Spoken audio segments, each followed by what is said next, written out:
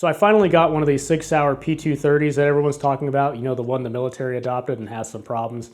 Guys, I don't know what the problem is. For those unaware, the P230 is a double-action, single-action, semi-automatic pistol chambered in caliber .380 automatic with a 7-shot magazine. It was designed in 1977 and was adopted by the US military in 2017 to replace the Beretta M9. Okay, so only most of that was true. This is obviously not a P320, it is a P230, and in some ways it's a significantly better firearm. In fact, I would pick this gun over lots of other guns out there, including the P320, and it'll become apparent why that is here in a second. This pistol is a perfect example of what Sig Sauer used to make. This particular gun was actually made in West Germany, which is really cool in its own right. But if you're unaware, the Sig Sauer of today, the American company, has basically nothing to do with the now defunct German Sig Sauer and the Swiss Sig Sauer companies. They have some shared history, mainly with the American company being an importer for a while, and they're owned by the same holding company. But other than that, the American Sig Sauer has pretty much been its own entity for a while now. I actually have an older video talking about the history of Sig Sauer USA, Sig Sauer Germany, and Sig in Switzerland, which you can check out if you want to hear me mispronounce words in German. But yeah, this is a great little pistol. It's utilitarian, yet beautifully styled. It was produced from 1977 to 1996 when it was superseded by the P232. And this is actually really weird too, because at the same time these P230s and P232s were being made by Sig Sauer, Hammerly, which is also owned by Sig Sauer for much of that time, were also making Olympic rapid-fire pistols called the Hammerly P230 and P232. So yeah, if you aren't confusing this for a P320, you're confusing it for a Sig Hammerly P230 or P232. Now, I know from my last video that a lot of you guys watching are gamers, which is fortunate because the sponsor of this video is a great mobile game called Trophy Hunter, and they're currently running a giveaway with a chance to win up to a $500 gift card to Bass Pro Shops. I spent last week traveling, and a lot of that time was in airports playing Trophy Hunter, which is available free on the Play Store and iOS. The main game consists of squaring off against other players around the world in a 1v1 hunting scenario, where you're each given 3 shots, and whoever makes the best hits on a particular game animal wins the game. I ended up using the Beretta BRX1 for most of the games because it's a real gun, and I have a whole video talking about my opinion on real-life gun names in video games, but also because you can get the same Beretta rifle and some exclusive Beretta bullets by signing up using my code. If you're unfamiliar with the BRX1, this is Beretta's new multi-caliber straight pull rifle, so very cool to see that in the game. The game features over 20 other rifles, most of them based directly off of real-life models, as well as 14 different arenas, which are essentially different biomes with different animals and different scenery. Now, back to that $500 gift card. From now until the 30th of June, there is a $30,000 prize pool in Bass Pro Shop gift cards and in-game rewards available at trophyhunterchallenge.com. If you unlock arenas 4 and 7 in the game, you get a total of 2 free spins, and every spin wins a prize, with the largest prize being that $500 gift card. But like I said, there is over $30,000 in the prize pool. If you do win something and play the game, please leave a comment telling us about your experience. I personally won some in-game currency the first time that I spun. So definitely check this one out. Again, it's totally free to play on the App Store and Play Store. And one last thing, only residents of the United States are able to participate in this giveaway. So thank you to Trophy Hunter for sponsoring this video. But beyond having a very confusing name, this pistol is a pretty standard affair for mid-1970s SIG. It's hammer-fired, double-action, single-action with a decocker, just like the P220, which preceded it a year before. It's a dead simple, straight blowback 380 ACP, just like a Walther PP or PPK. It's got a heel magazine release, all the things we expect to see from a little European pocket pistol. Some of these things I like, some of these things I don't like, so let's go through it. The decock lever is in pretty much the same spot as the P220 and functions identically, where you pull it all the way down, then release it. And for me to use it comfortably, I have to break my grip.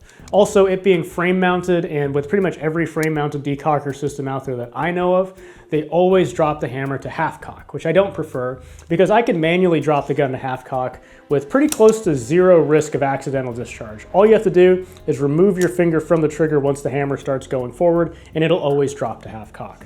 If I'm going to have a decocker, I want it to drop all the way down to the slide. Basically, I hold everything against the gold standard of decockers, which is the Beretta 92. Now, one thing I do like is the location of the mag release. It's a heel release, my fingers go right to it, my hand is already on the magazine so I can go ahead and stow it. It also means you have one less thing sticking out the side of the grip, one less thing to catch or worry about activating in your holster, which I have had happen with an extended mag release on a Glock. Is it slower to reload than a thumb release?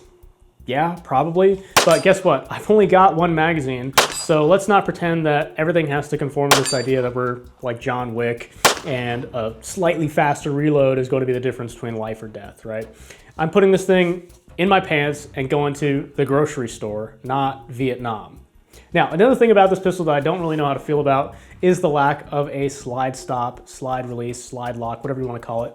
In order to lock the slide to the rear, you have to insert an empty magazine and pull the slide to the rear. And to send the slide forward, you have to either have a loaded magazine in the gun or have the magazine removed, at which point you can pull back on the slide and slingshot the slide forward. Now, the positive to this being a little pocket pistol, is it is one less thing hanging off the side of your gun. But they already have the decocker there, and I think I'd rather have a slide stop, slide release over this decocker, but I'm probably in the minority there. The only other control in this pistol, if you can even call it that, is the takedown lever, which is really small and recessed into the frame. Of course, the pistol takes down pretty similar to all of these pistols. You remove the magazine, pull the lever down, and the slide comes off the back just like a Walther PP and all subsequent clones, which I would consider this to be a far-off descendant of the Walther PP. I didn't take it completely down, but looking inside, it looks pretty similar to the PP or the Olympias or Hammerleys and so on.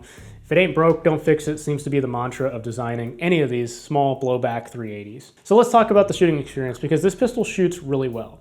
The sights, as they come, are stainless with little red painted inserts, which simply will not do. So the first thing I did, of course, was blacken them with a lighter. And I'm sure that upsets some people because I just ruined some, really special West German collectible red paint or something. But the sight picture is actually really good when they're blacked out. Square front, square rear with plenty of light either side of that front sight post. Now, I've talked about this before, but for precision shooting, you want a fatter front sight post, typically about 1/8 of an inch. And it seems counterintuitive, but oftentimes a larger light gap either side of that front sight post will help you shoot better and more precisely.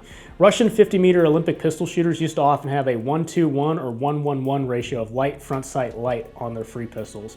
And the same principles apply to any other type of pistol out there. The trigger on this pistol is also really good. It's got a smooth, long roll to it and breaks at about 4 pounds. Slop, wall, roll, roll, roll, roll, roll, roll, boom, breaks. So it's got a real nice trigger. The double action is not terrible either. Pretty smooth. At speed, it's pretty linear. Doesn't stack or do anything weird in the middle. I typically do not like crisp triggers at anything above 3 pounds. Once you start getting an actual service trigger weight of 4 pounds and up, I prefer a roll trigger like a Glock, or even how I have my 1911 set up for bullseye competition with roll triggers.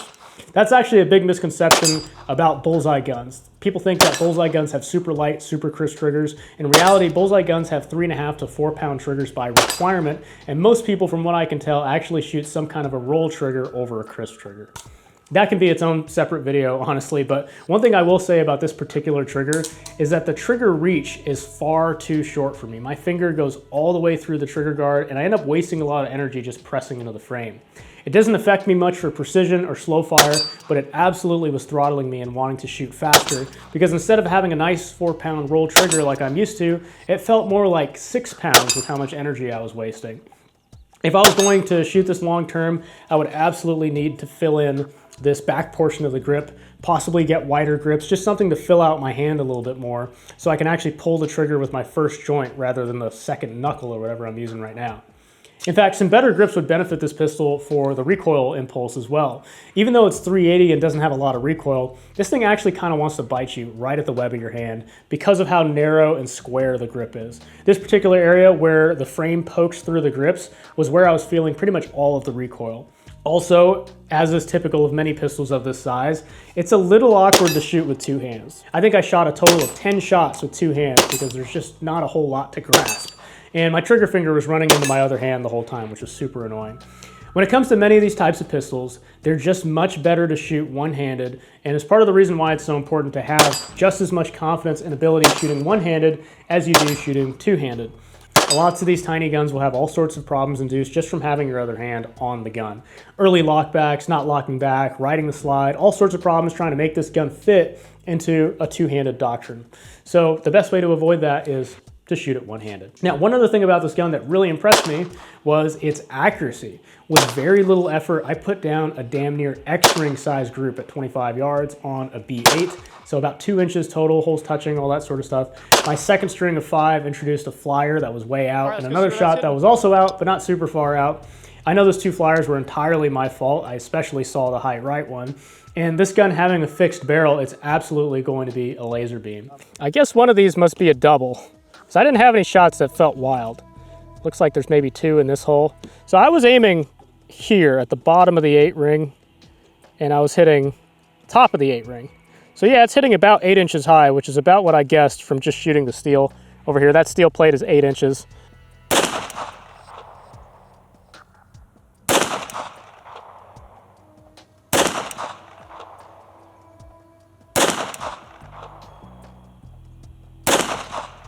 I think I had one, that last shot I think broke high right. Yeah, that must have been my last shot. That one felt high right.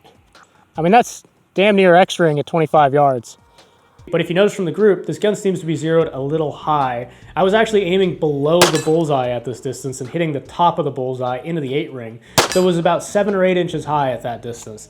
And this is something that I've noticed with a lot of European guns. Older Glocks are notorious for this, but these pistols were probably zeroed for the International 25-meter pistol target, which has a 200mm or 8-inch bullseye. And Europeans typically shoot a 6 o'clock or sub 6 o'clock hold on this type of target. Sub 6 o'clock is where you're holding significantly below the bullseye. And with how this gun was hitting on the American B8 bullseye, which is 5.5 inches, I'm almost certain that this gun was designed to be shot in this manner with a sub 6 o'clock hold on the International 25-meter pistol target. Now, I personally have no problem shooting with a sub 6 o'clock hold if I'm shooting on bullseye targets. I've shot some of my best scores period with sub 6, even though I typically prefer holding dead center of the target.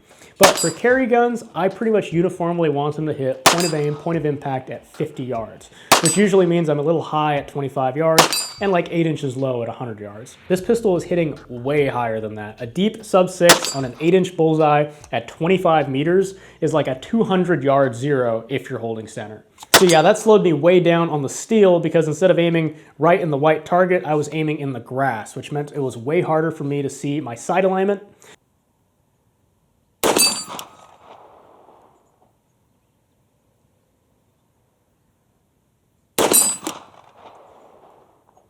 So I think this pistol would absolutely benefit from having some rudimentary adjustable sight on it, especially for how accurate it is. There are lots of low-profile adjustable sights out there. I mean, look at the Smith & Wesson adjustable sights that come on some of the revolvers. They're great and out of the way. Something like that would be perfect for this design, and of course you'll need a little taller front sight to make this hit lower. I'm personally a huge advocate for adjustable sights on carry guns because not all ammo is going to hit the same. And like I said, I like to have my gun zeroed a particular way. It's pretty much always going to be to your benefit to have some degree of adjustment in your sights, especially elevation-wise. I mean, people bend over backwards these days to carry red dot sights, and those are much larger than any adjustable iron sights out there. So I don't hold much stock in this idea that adjustable sights are only for competition and will get you killed because it's 1/8 of an inch taller than whatever crappy fixed sight was installed from the factory. So that's pretty much it for the SIG P230. I thought it would be fun to review it just because the name is so similar to the P320, but it's not a bad little pistol. It's reliable, accurate, has a good trigger, decent sights, decent capacity, looks cool, it's well made. I probably won't carry this pistol just because it is a little heavy for what it is, and I just have other pistols that already fit the same category that I do carry, but it definitely is a well-made piece of old school West German steel. Anyways, thank you guys for watching. Thank you especially to my channel members and Patreon supporters for supporting the channel directly. You can support the channel by clicking the relevant links on screen or in the description below. Next month, of course, are the national matches, so I'm going to try to get as much content produced before then. Other than that, thank you all for watching, and thank you to Trophy Hunter for sponsoring this video.